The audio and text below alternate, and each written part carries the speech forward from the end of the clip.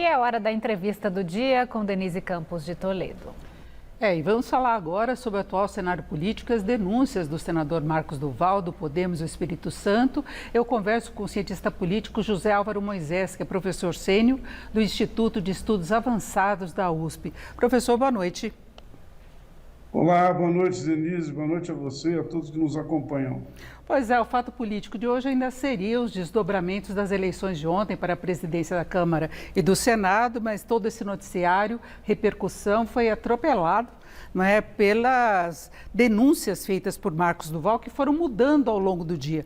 Começou envolvendo o ex-presidente Bolsonaro, não é, Daniel Silveira permaneceu na denúncia, aí ele conversou com os filhos do presidente e foi dizendo que o presidente ficou calado, que não acreditou. O próprio Bolsonaro se manifestou dos Estados Unidos, dizendo que era uma maluquice, mas tem a questão da prevaricação, de o presidente ouvir uma tentativa de golpe e ter ficado quieto, né, naquele momento. E depois o senador ainda cogitou a possibilidade de denúncias contra Flávio Dino e o próprio presidente Lula, como ele já vinha falando há alguns dias, que eles saberiam dos atos do dia 8 com antecedência. Eu queria saber como é que o senhor viu esse processo todo hoje ao longo do dia em que houve também depoimento de Anderson Torres e de Valdemar Costa Neto, que é presidente do PL, partido do presidente Bolsonaro.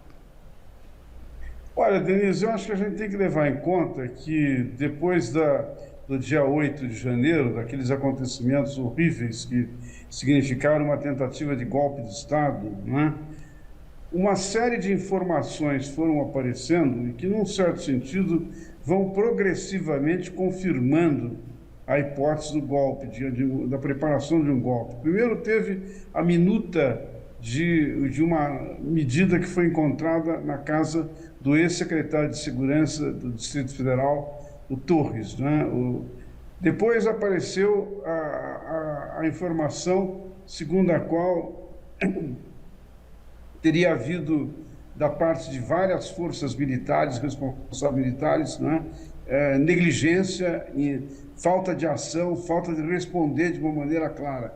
Depois teve a entrevista do presidente do PL, Valdemar da Costa Neto, também indicando que a minuta que teria sido encontrada na casa do Torres, outras minutas semelhantes teriam sido encontradas, colocadas no seu bolso, que ele teria destruído.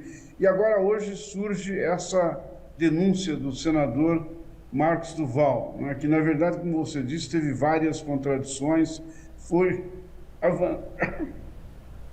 avançando, voltou, e não deixou exatamente claro qual foi a participação do presidente Jair Bolsonaro e qual o sentido da proposta que ele recebeu.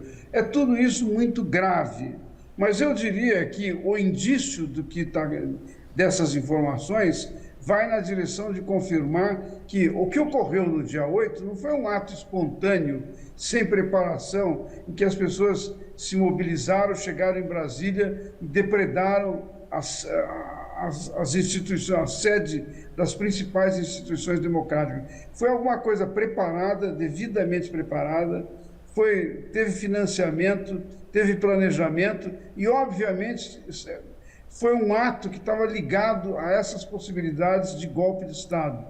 Quer dizer, havia no mundo oficial de Brasília, não é, do governo, havia a discussão, a hipótese de como dar um golpe, como fazer o golpe. Isso cada vez mais fica evidente, né?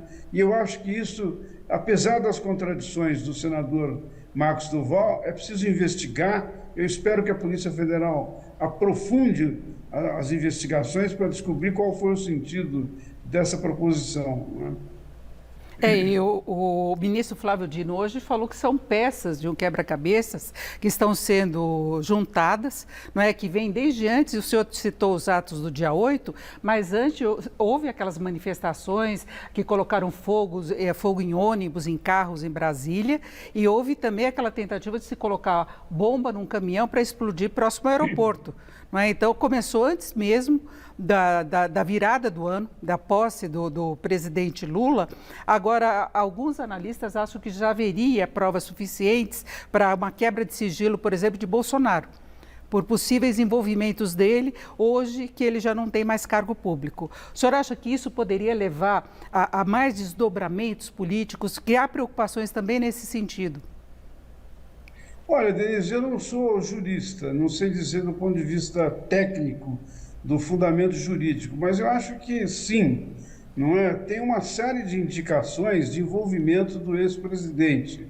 Isso, o Brasil precisa ter essa informação, precisa conhecer. Só há uma maneira de fazer isso, é investigar, não é? Colocar sob investigação, inclusive o ex-presidente, não é? Porque a saída dele rápida do Brasil para os Estados Unidos, afora a frustração de ter perdido a eleição, tem um aspecto também que, num certo sentido, indica que talvez ele tivesse temeroso de que pudesse vir a ser preso, né? Agora, quem tem temor de que pode ser preso é porque, de alguma maneira, tem alguma coisa que não está devidamente revelada, que está sendo escondida. Então, acho que faz todo sentido que as investigações prossigam. Claro que dentro da lei, dentro de todos os requisitos de defesa, de direito da pessoa se defender com advogados, tudo, sem nenhuma dúvida quanto a isso, né? Dentro do que é próprio do Estado democrático de direito. Mas acho que nós não podemos simplesmente esquecer, imaginar que essas coisas ocorreram, são normais, elas se normalizam e, em seguida, a sociedade esquece, passa e só daqui 20, 30, 40 anos vamos voltar a essas questões. Não, eu acho que o momento de investigar é agora, não é? E esses indícios todos estão se somando e, num certo sentido, cada um complementando o outro, não é? E é nesse sentido que eu acho que nós devemos ir. E como o senhor vê o atual cenário político diante de todos esses embates, esses tumultos, com a necessidade de o governo começar a avançar para valer com as pautas que devem ser encaminhadas ao Congresso? Nós tivemos ontem as eleições aí nas duas casas. O senhor acha que há condição para isso? Ou pode haver um atraso? Porque há uma grande expectativa, inclusive parte de mercado financeiro, reforma tributária, arcabouço fiscal, são pautas relevantes. Não, sem dúvida, você tem toda a razão. Eu acho que esse é o grande desafio que o governo tem nesse momento, né? Apesar de que depois do 8 de janeiro houve uma adesão muito grande, um apoio muito grande, né, à perspectiva de retomada do governo e, portanto, de defesa da democracia. Veja que na posse dos dois presidentes do Senado e da Câmara que foram eleitos ontem, eles foram muito enfáticos em rejeitar o que ocorreu no dia 8, não é?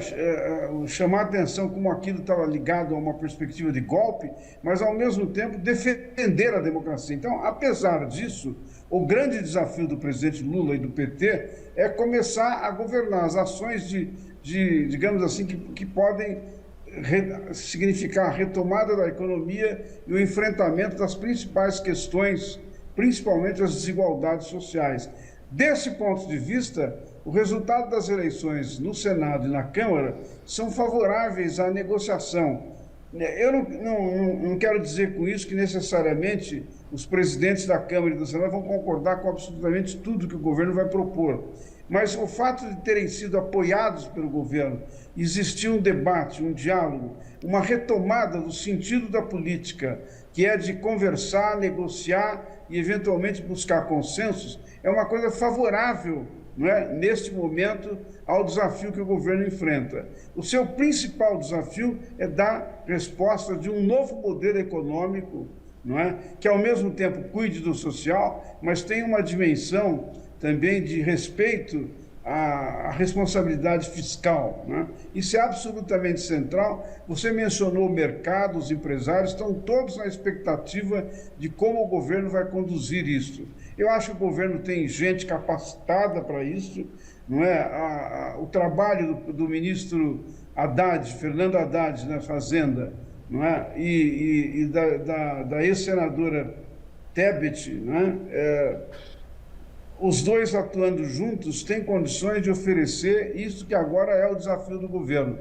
E acho que, na medida em que a proposta seja concreta, o presidente Lula também vai assumi-la e defendê-la, não é? Às vezes o Lula tem dado algumas declarações que são contraditórias com esse objetivo, Mas eu penso que os ministros que estão dedicados a isso estão preparando propostas que vão ter um efeito muito importante nessa retomada. Nesse contexto, haverá apoio, a meu juízo, dos dois presidentes eleitos. Né? Perfeito. Ouvimos José Álvaro Moisés, que é cientista político e professor sênior do Instituto de Estudos Avançados da USP.